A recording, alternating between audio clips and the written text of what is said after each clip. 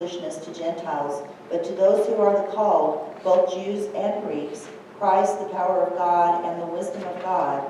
For God's foolishness is wiser than human wisdom, and God's weakness is stronger than human strength. Here are the readings for today. At this point, I want to invite the kids forward. Kids, come on up for some words from Miss Kenna, and then some work. Words and work. Good morning. Well, we've got a few kiddos here this morning. That should help us real nicely. Okay, why don't you just have a seat over here, Aiden, with the rest of the kiddos. Thanks. Well, we've been focusing on ELCA World Hunger programs that are helping to end hunger and poverty in our world. We've been talking about how the piggy banks that you are filling and the barnyard banks will help to buy animals for people who are hungry. Last week we visited a little bit about the importance of clean water and how we can help people get back to work, get back to school, and stay healthier by having clean water. Well, the money that we raise here at King of Kings is hard at work, doing all of these things. But another way that we need to help all of those folks in hunger and poverty is to get better health care for them. And one way that ELCA World Hunger does this is to bring health care workers into the community. What happens when you get sick? Your parents call the doctor, your grandparents call the doctor. You get in to see the doctor today, tomorrow at the latest. They hop you in the car, take you off to the doctor. In a lot of places, even here in our own country, we have people who don't have health care services in their communities. In other countries, they may have to go 60 miles to the nearest health clinic.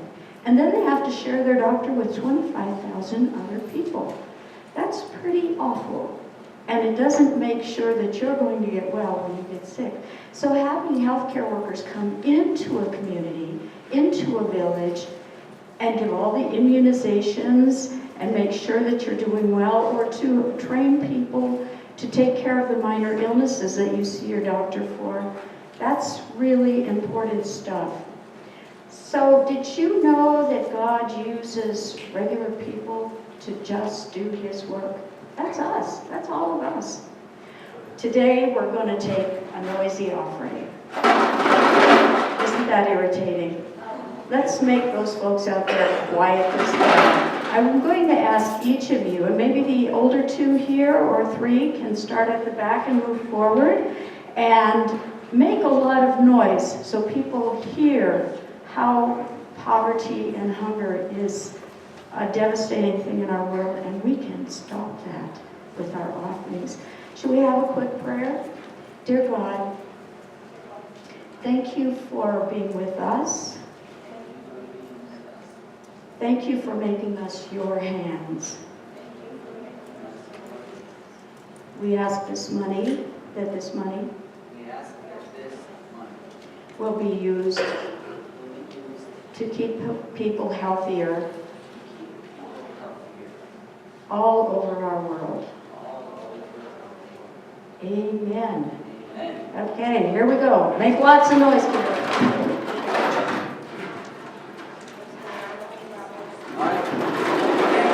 Without passing go.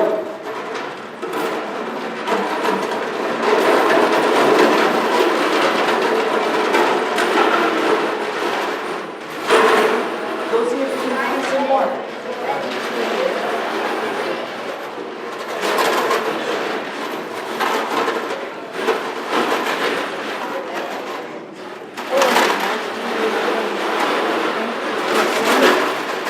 Why don't you walk through this way and walk down the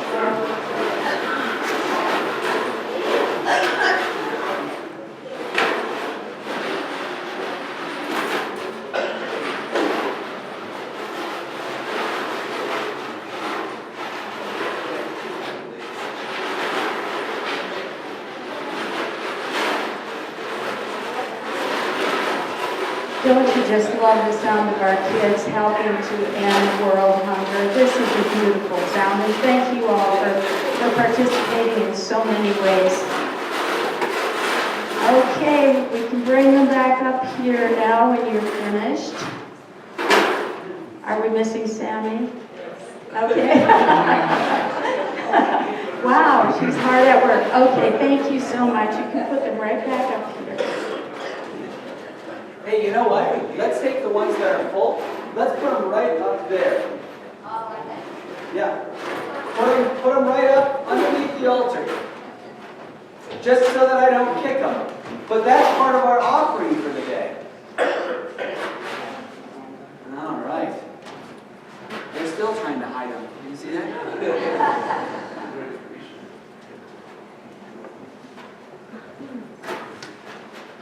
Thank you so much for helping out with that. Thank you.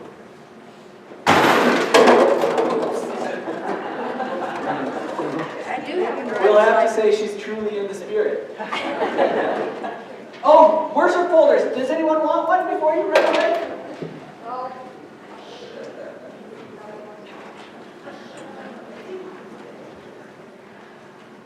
We stand as we are able, singing together our gospel acclamation, which is found on page 189.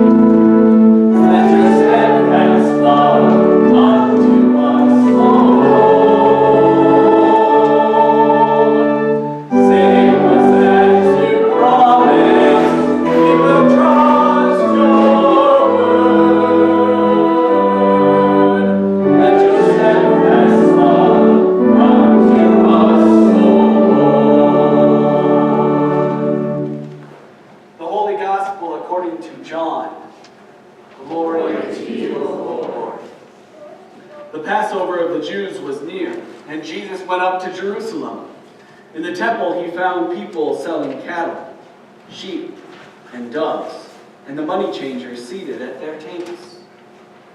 Making a whip of cords, he drove all of them out of the temple, both the sheep and the cattle. He also poured out the coins of the money changers and overturned their tables. He told those who were selling the doves, "Take these things out of here. Stop making my Father's house a marketplace."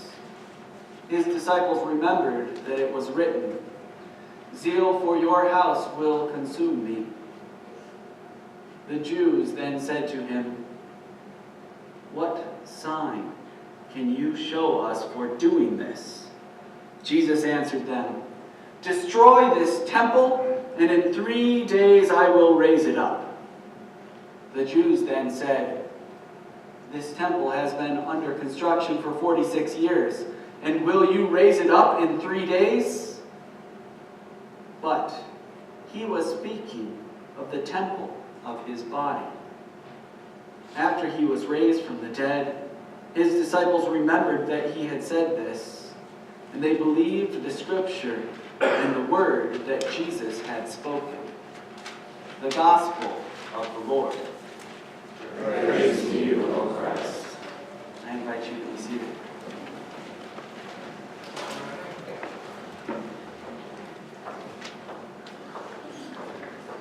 When I was about the age of those who gathered our noisy offering today, I remember reading a story about a young visitor who went to a care facility to visit a grandmother who was in the nursing home.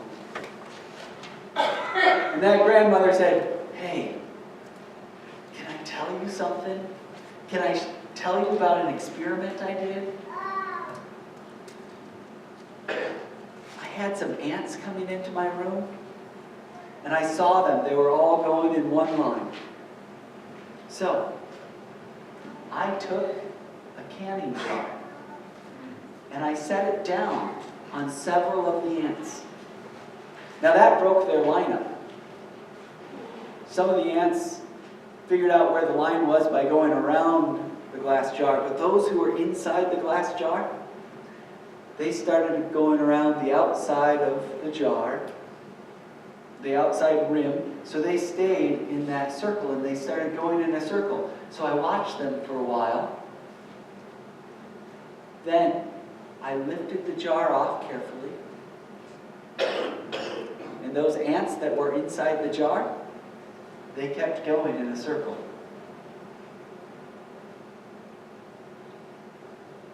As a reader, I remember having compassion on someone who was in a care facility, doing the same things day after day, sort of going through the same cycles, going in circles.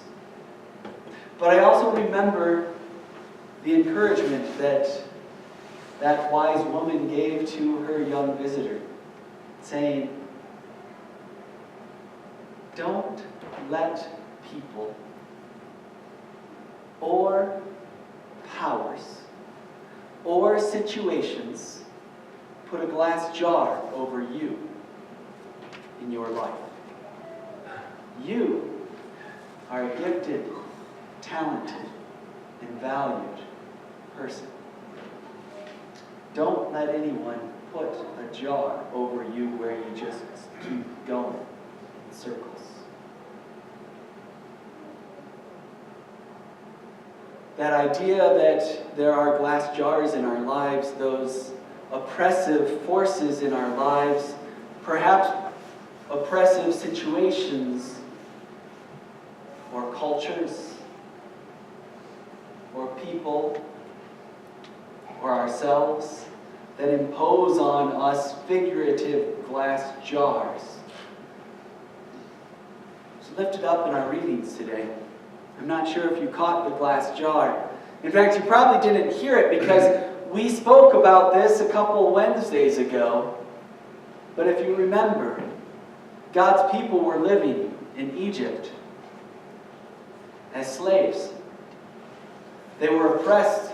They were told what to do, what not to do. They were told how to live their lives. They were told how many bricks to make.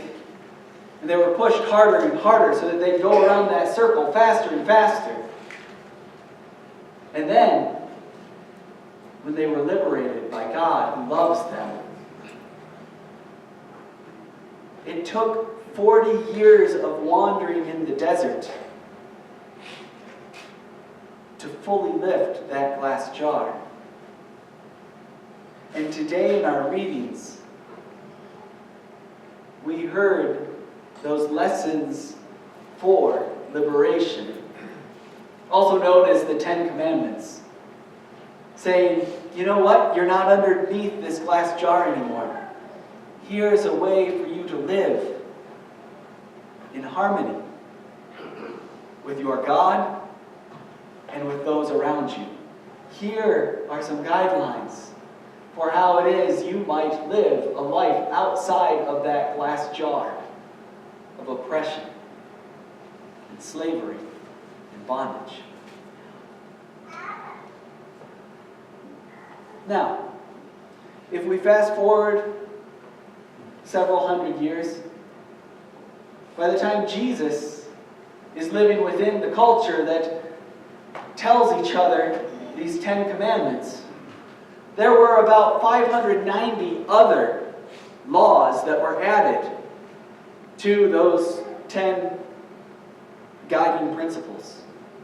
Those things that talked about who could go into the temple and who couldn't, and the fact that you should put bells on the bottom of the chief priests so that the chief priest, when he went in, could be pulled out if he fainted or died.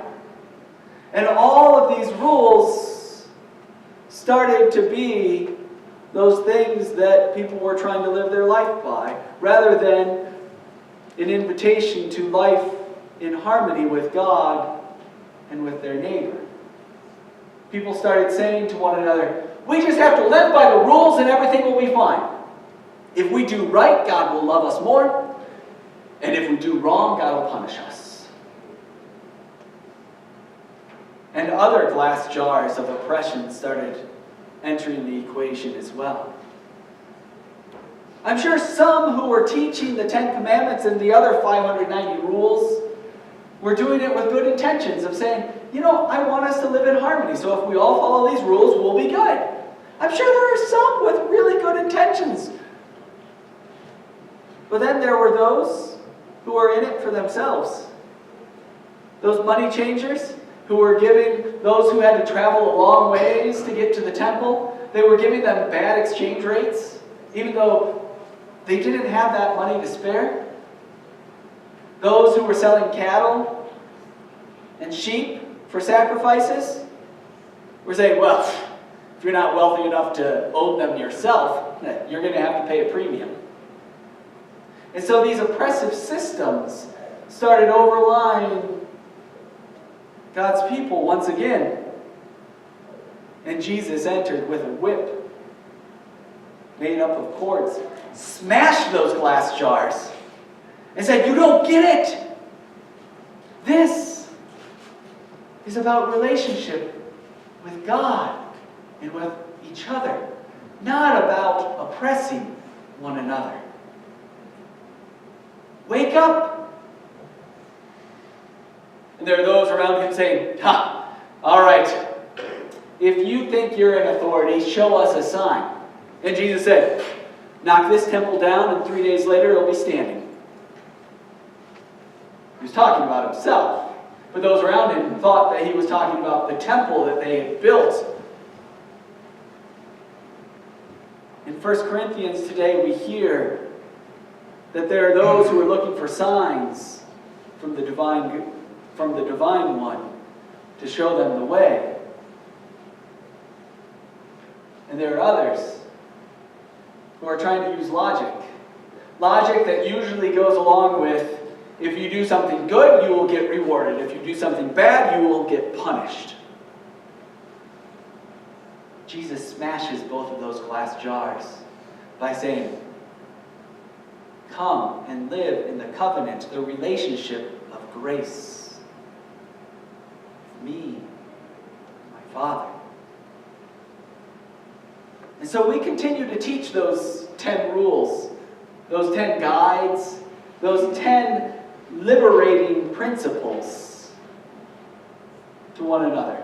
In fact, you can find what Martin Luther said about them in the back of your hymnals in the small catechism. We continue to teach these to one another. We continue to recite them so that we might understand them. And for Luther and for other Christian leaders, we have said there are 3 main uses of this law. The first is the use of the mirror. It lets us look at ourselves with honesty. How do we measure up? How do we fall short? That use, sometimes called the first use of the law, the mirror.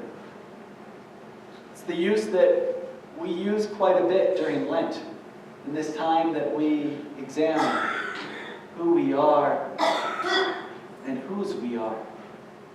The second use of the law is to curb the social order, to keep people going down the straight path, to put up the guardrails so that you don't cross over I-25 and come into the oncoming traffic. You got to put up a guardrail. Or the mountain roads, got to do something to keep you safe.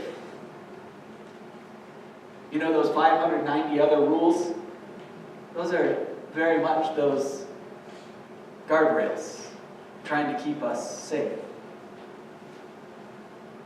And the third use is sometimes called the Christian use of the law, the graceful use of the law, in that one sees the law as those liberating principles of how one lives a life of gratitude and thankfulness to a God who continues to be in relationship and covenant with us. And so today, in our Lenten journey, that is 40 days rather than 40 years long, I invite you to think about those glass jars that are inviting you to simply walk in a circle. What are those oppressive forces in your lives? Are they economic? Are they health? Are they cultural? Are they familial? Are they simply born out of your own head saying, well, I can't change this. This is just the way it is? Is it an adherence to saying, well, if I just pick myself up, I will be fine? During this time of Lent, we are invited to examine those glass jars in our lives, and through prayer, through fasting, and through acts of love, we are invited to use that figurative whip of Jesus and to crush those glass jars that oppress us and oppress our neighbors.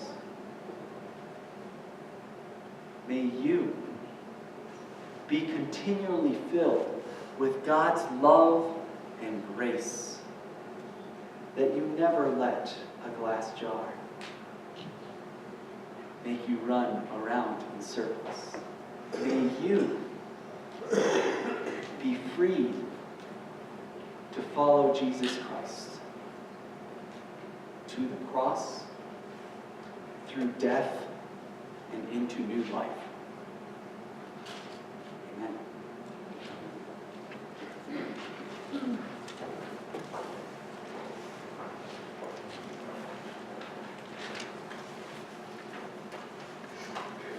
We stand